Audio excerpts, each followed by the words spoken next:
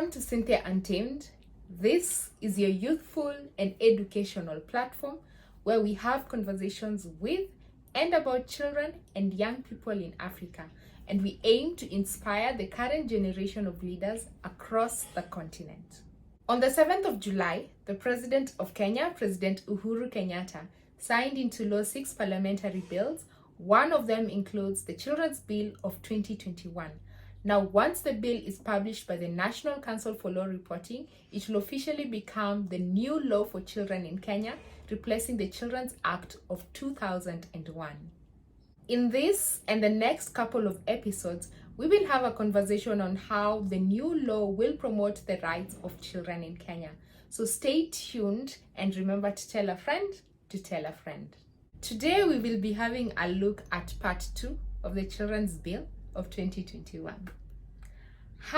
This was interesting. This was interesting.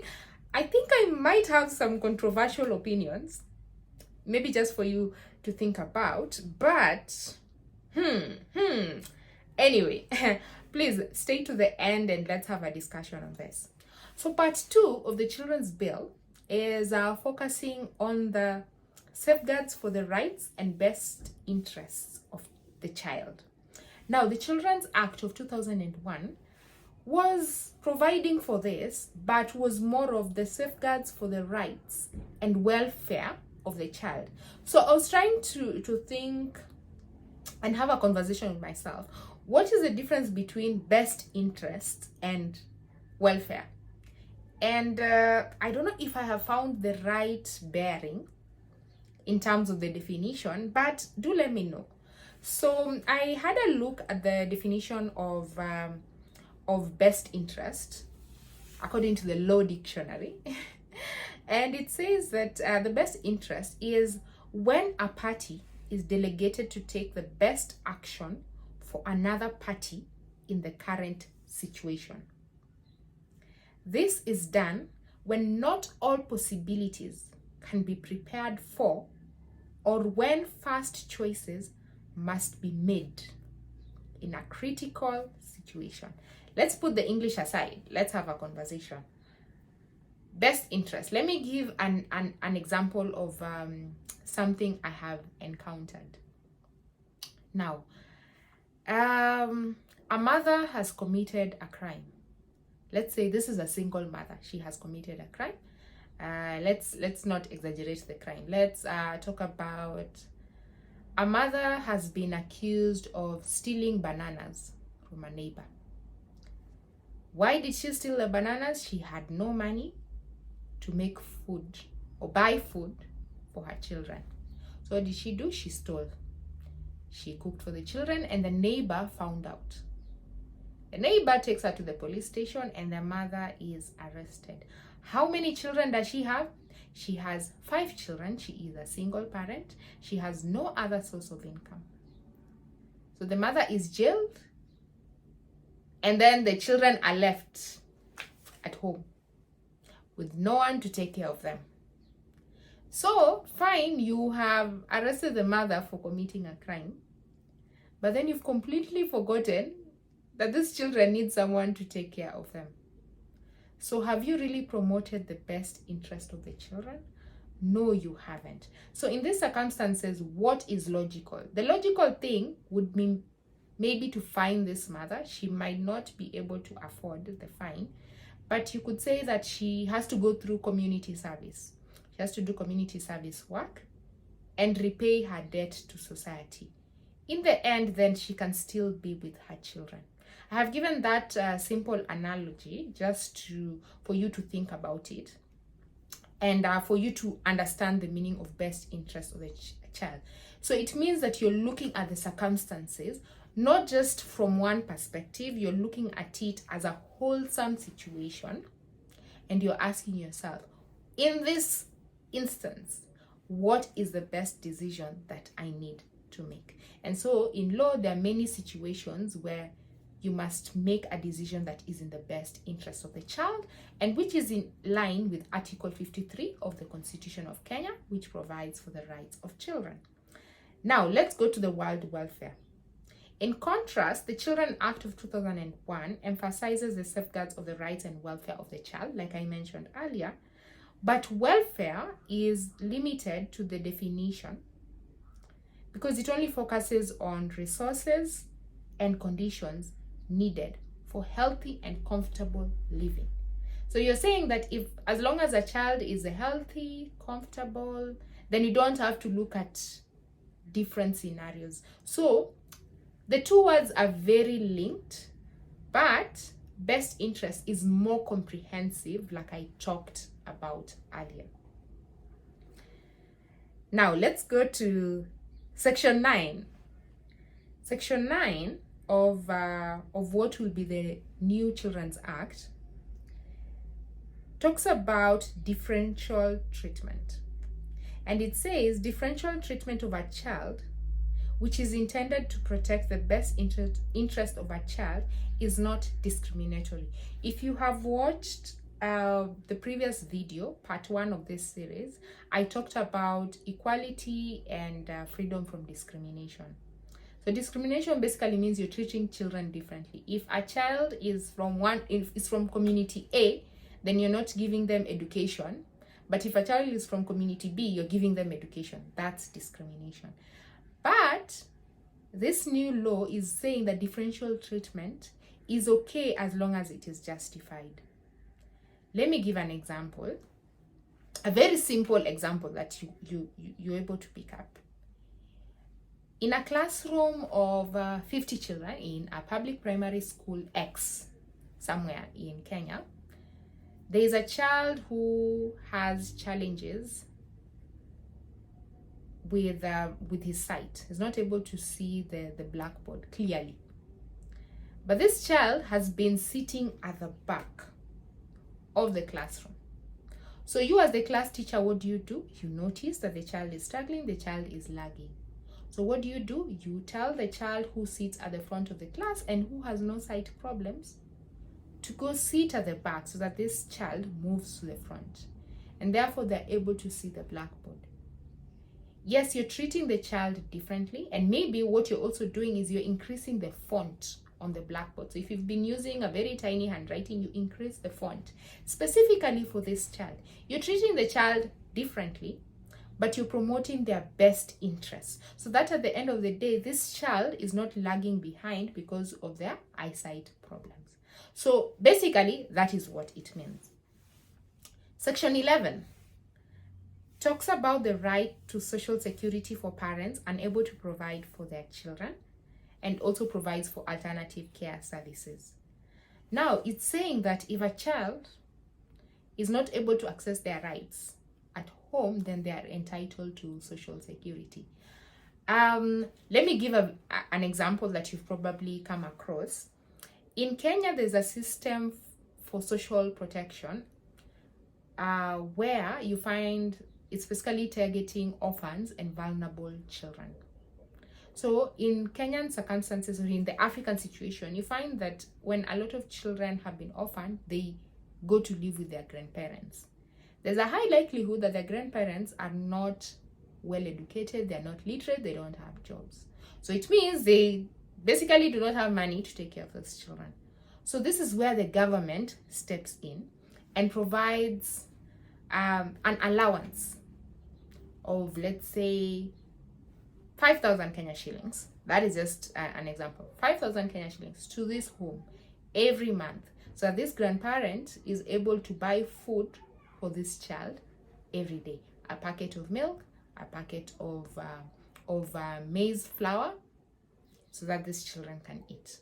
Basically, that is what it means. That if where the child is coming from is under such circumstances that they're not able to thrive, then it is a responsibility of the government to step in.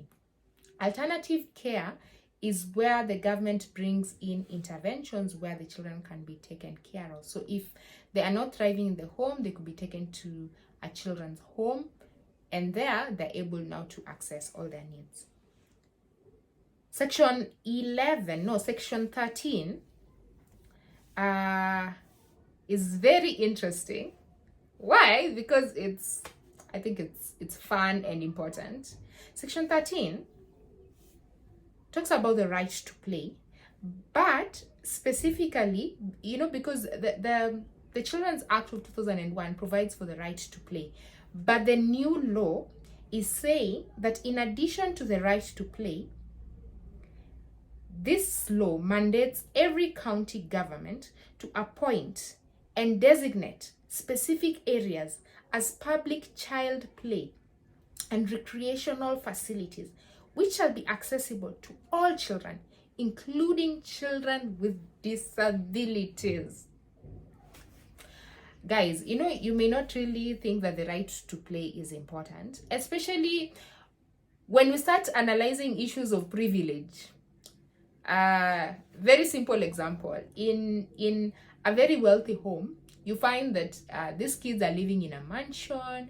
Probably there's a lawn outside the house so the children can play, ride their bicycles, and their parents can afford to buy very interesting mobile games and all that. The children can just play from the house. They can basically just enjoy their lives. But you know what happens when a child is poor? When a child is poor, it means that a public playground in a primary school, for example, could easily be grabbed. Somebody could just grab that piece of land and decide to develop whatever it is they want to develop. And then what happens? This child is poor, so it means they have nowhere to play. And what happens when a child is inside the house? They start getting rickets and they don't have access to the sun, so they get weak. And that cycle continues. So what happens when these instances are happening? The rich child continues to thrive. The poor child continues to be marginalized. And the Constitution of Kenya also gives the mandate of early childhood development centers to county governments. So you see, these things are interlinked. So when the county government has been mandated to provide public spaces where children can access their right to play, their right to enjoyment, basically just something away from the classroom, that it means you're protecting the rights of children. Take an example of a case that happened a few years ago where children from Langata Primary School had to demonstrate so that they could access their playground. If you are very young and are not familiar with this story, it was actually not very funny, because I saw children running on the streets being tear gassed. Some could not even breathe. Children of primary school age struggling on the streets to access a playground in a public primary school. That was very sad. It was very sad. You can watch the news about it. But then it means that when the county government is mandated to protect areas such as this, then it means that these children do not have to go to the street to access their rights to play. Just something on the side that I found very interesting with the last State of the Nation address that President Uhuru Kenyatta gave was land titling for public primary schools. You know why that is important? It's one of the things linked to the thing I'm telling you about Langata Primary School. You see, public primary schools, a lot of public primary schools in Kenya are not titled, which means that these schools are built on land, but legally the schools do not own the land. So they don't even have the title to the land. So it means that somebody can just come and grab the piece of land and do whatever it is that they want with them. But the president in his State of the Nation address said that they have now started an initiative where these schools are being given a proper title deed. So an example of AB Primary School in Nairobi County might not have a title. So they're creating a process where AB Primary School can have a title to the land, so that in case of any dispute, when this title is presented before the court, you can easily say, yes, this playground belongs to AB Primary School. And I think it's very important now to have conversations like this and initiatives like this so that our children are protected and that they can access their right to education and their right to play, of course.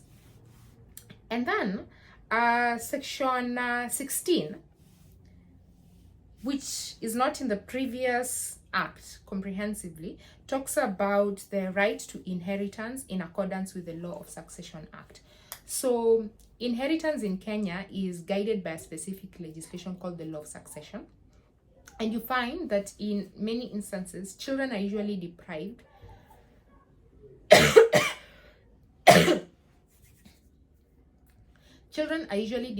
of their right to inherit the property of their parents. But when this law for children allows them or specifically says that they have a right to inherit that property, then that right is protected. Nobody can just come and take advantage because there's a loophole in the law. So yes, children have been inheriting, but they have been disinherited more often than they have had the opportunity to inherit what they are entitled to. Section 19 talks about a child with disability. Now, the previous law provides for rights for children with disabilities, but this one specifically adds that a child with disability shall have the rights and privileges provided under the Persons with Disabilities Act. So it means that, yes, the rights of the children with disabilities have been there. People have been talking about them. People have been advocating for them. But because they have not been properly interlinked with other legislations that exist, it is very easy for people to take advantage. For example, one can easily say that no, a child with disability is not entitled to social security, for example. Why? Because it's not been written anywhere that they have that right. So when you link it with the Rights of Persons with Disabilities Act, then it means that it is there. It is expressed. You're not assuming. It is there. It is written. Section 21. This was, I think this was one of the most interesting provisions that I have read so far. Why? Because it brings the issue of culture. Now listen. It says, Section 21 says that no person shall subject a child to, listen, in the case of a male child, to forced circumcision. You know why I find this law very interesting? Because the Children's Act of 2001 says that children should not be subjected to harmful cultural practices. But when you read it closely, it's specifically addressing the girl child. Now, the girl child has been going through many harmful cultural practices, including female genital mutilation and cutting, beading, and all those harmful cultural practices. But there's one thing that our society rarely talks about, and that is forced circumcision of male children. You know why this is important? When you look at the African cultural context, circumcision is seen as a rite of passage from boyhood to manhood. Now, in Kenya, majority of the communities practice male circumcision. They do because of this belief. In many ways, they do that. And in many communities, you find that there's even a public ceremony. The boys run naked in the streets and they are beaten up and all these things happening. But then there are a few communities, by way of culture and socialization, that do not practice circumcision for male children. I'm addressing male children specifically. There was a report that was done by BBC in 2014 that was saying that boys and male children from communities like the Luo and the Teso who do not practice circumcision, who are being forced to be circumcised. Why? Because by way of socialization and culturalization, these people are not being viewed as men. They are people who've not gone through the rite of passage from boyhood to manhood. So in an attempt to force them to be men, they are forcibly circumcised. Now, the Constitution of Kenya protects the right to culture. As long as this culture is not harmful, you are protected. Now, when a male child is forced to be circumcised, yet the community that child comes from is not a community that practices circumcision, then what are you saying? That because you have a right to protect your culture, you come from a community that protects the right to circumcision, you feel that you have the entitlement to attack another community that does not practice circumcision, specifically a male child. What happens to this male child is that, of course, the conditions under which they're being forced to be circumcised are, of course, not sanitary. I am 100% sure. I'm 100% sure of that.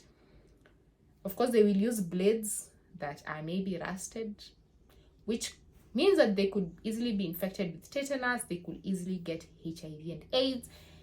Don't even forget about the mental and psychological trauma. 2, they're also ostracized from the society, and that means that they are seen as these people who are not brave enough to face the knife. And so this child grows up being ridiculed and being mocked. And when you look at documentation of this practice, you find that it's actually something that has been used as a weapon of violence. In 2007, for example, during the post-election violence that we all do not want to remember, but it is important that we also talk about these issues so that we do not repeat them, is that in some communities, because of the political tension that was there, some children, male children and even male adults, were forced to be circumcised so that they could fit into the political rhetoric that they belong to a certain community, certain communities, just to protect themselves or for them to fit. And you see what that does to culture, what it does to people? It destroys them. It destroys their sense of well-being, their sense of belonging in Kenya. So the issue is not that so the act does not make circumcision illegal. It just says that you cannot force a male child to be circumcised. And I think that's very important, because when you talk about harmful cultural practices, we focus on girls. Most of the time, I can say like 98% of the advocacy work I have done focuses on the girl child. But we tend to forget about that boy child. Think about the psychological, physical trauma that a boy child will go through if they are forced to be circumcised and they don't even come from a community that practices circumcision. Setting aside the medical debate about circumcision, we're looking about the political, social, and economic structures around the issue of circumcision. So I think it's a really good move to have this specific line in law, so that if a male child is forcibly circumcised, then you can easily go to court and say, but no, their community does not circumcise children. So why are you forcing this male child to be circumcised?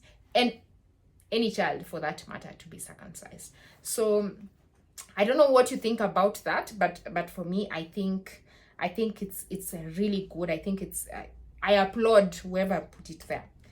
And then the last one was Section 26.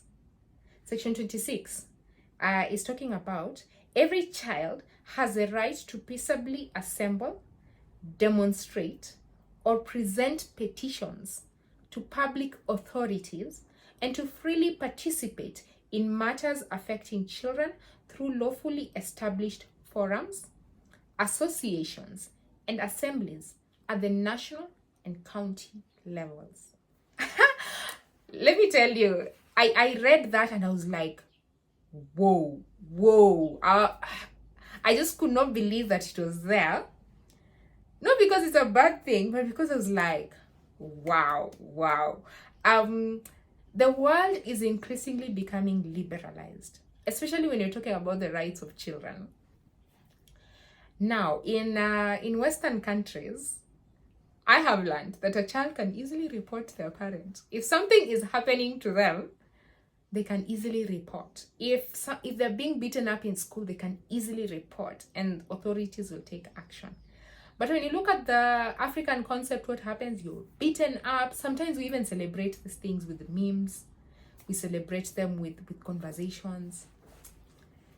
And in our traditional African society, children are not allowed to speak up against adults. But this law is giving them that right. It has been there. They have had that right. But now it's expressed. It's not assumed. We're not saying, oh, you know, those are things in the Western world. No, we are saying that here in Kenya, children have that right. And you know why I think it's a very interesting piece of the legislation is because look at the Kenyan context. When you look at strikes in Kenyan schools, which are a disaster, by the way, when they happen, it's like a flu and it's a disaster. We have had tragedies, fatal tragedies in this country when children go on strike, when they burn up their dormitories, and some of the children even die. We have had instances of children demonstrating in the streets and being tear gassed. So these situations are always happen because there's something happening internally. From my opinion, it's usually something that is happening internally from a child, either peer pressure or something worse happening within them, and they just explode. And we need to ask ourselves why children are always striking. Why are these issues not being addressed? Now, let me give another example that I have seen and why I think this important piece of legislation is important. When I was in high school, we used to have this thing called the school baraza.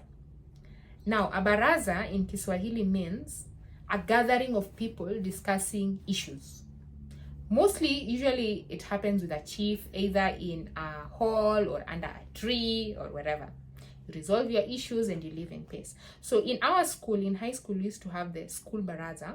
I think we used to have it every Friday or one Friday every month. I don't really remember the cycle, but I remember it was very frequent. And what used to happen is that we used to gather in the school chapel, and that chapel would turn into a place where we could easily talk about all the problems we were going through as students of the school. So if the water has not been hot enough, you say, Madam Principal, because it used to be organized by the principal, Madam Principal, the water is not hot enough. You need to do something about it. She notes it down. Madam Principal, my clothes have been disappearing. Madam Principal, this happened. Madam Principal, this happened. And we would also be given the room to stand and give solutions. So it's not just about complaining, but you're also giving solutions. Madam Principal, I didn't get my pocket money was stolen. Madam Principal, etc, etc. Madam Principal, we want to go out for games. Madam Principal, etc, etc. And what I saw objectively, when I look at it objectively now, is that many of these issues would be resolved because she would now address them with the people who are in charge of the various departments where things were going wrong. So there were not disasters, but things were not okay, and people had the opportunity to express them. And because of that, we never had a strike, because these things would be resolved as they arose. Second example, this was in the news. Moi Girls Eldoret girls, who are children, went on strike. And you know, the conversation was that a national school has gone on strike. But also the other thing was, these girls not even burned their dormitories. They didn't destroy property. They just walked out of the compound peacefully. And what did we see? We saw the ministry acting very, very fast to resolve whatever it is was going on. Now, look at the two sides, where children are burning dormitories, where children are peaceably saying no to injustice. And the other aspect is where children have been given the space to address their issues. When you look at it objectively, what is better? Now, I think this is this is one piece of legislation that is in the act, but I truly believe, as a child's rights advocate, could easily go wrong. So I really hope that there will be further legislation or rules to implement this section, because it can easily go wrong, very easily. Children could easily say, oh, but we have the right to demonstrate. See where we can easily go wrong. So it's very important that we have further rules to implement and take examples of systems that are working. The example I have given and what we saw in Moi Girls Eldoret. And I think it will even help to reduce the strikes in schools, especially where children are destroying property because they're demonstrating against something. And what I also found interesting about this particular section is that it's actually linked to the Constitution. The Constitution does provide for this right. But I think now saying that even children, specifically saying even children have this is important. I think it is an area to explore in terms of rules, in terms of legislation, in terms of implementation. So I really hope that the Ministry of Education is, of course, I know they're aware. I know they're aware. But I really hope that the Ministry of Education is thinking about how this thing is actually going to come about. And not just the Ministry of Education, but all stakeholders who work with children. Let me give the last example. When I was doing my professional diploma in public relations, I wrote a thought opinion piece on the right of every child to access justice. And what I found interesting when I wrote about, I should actually publish that article, but when I wrote about it, one of the things I discovered is that a lot of children were going through injustice because of the lockdowns that were happening because of the COVID-19 pandemic. And so civil society actors were coming together and they would gather them and walk with them to Parliament and say, this is what we want as children. So I wrote a thought opinion piece about it, and I should publish it and link it sometime so that you guys can read it. But now when I look at that legislation, which is why it's very important to have further rules to implement it, is because I also see a loophole where children can easily be used to demonstrate for whatever cause it is people will be demonstrating for. Someone can easily just take a group of children and pass their own agenda and take them to the street, take them to the media, I don't know, take them wherever it is that they will be taken and use them for a certain agenda. So on the one hand, that particular segment empowers children, enables them to speak against injustice, enables them to know from a very young age that they can say no. But on the other hand, it could easily go wrong. I don't know what you think about it, but that's basically just my opinion. And that is it for Cynthia Untamed today. I hope you have had some insights on the new law that will protect the rights of children in Kenya. I shared this in my last video, but I will share it again just in case you did not see it. This book is my current read, Beacons of Judiciary Transformation by Chief Justice Willy Mutunga. I am really trying to understand the judiciary. To be honest, I'm trying to understand how it works. What is it that happens? I have worked there before. That's what I did my internship while I was at the university at the judiciary. But I think it's also good to explore scholarly works that also give you another perspective beyond the experience that you had. So you can get this book from Nuria Bookstore. That's where I got it. It is 2,050 Kenya shillings, written by the former Chief Justice of Kenya. But please also suggest other books that you are reading. Once I am done with it, I might share more chapters that I have found interesting. So far, the chapter I have found interesting is a chapter on gender justice.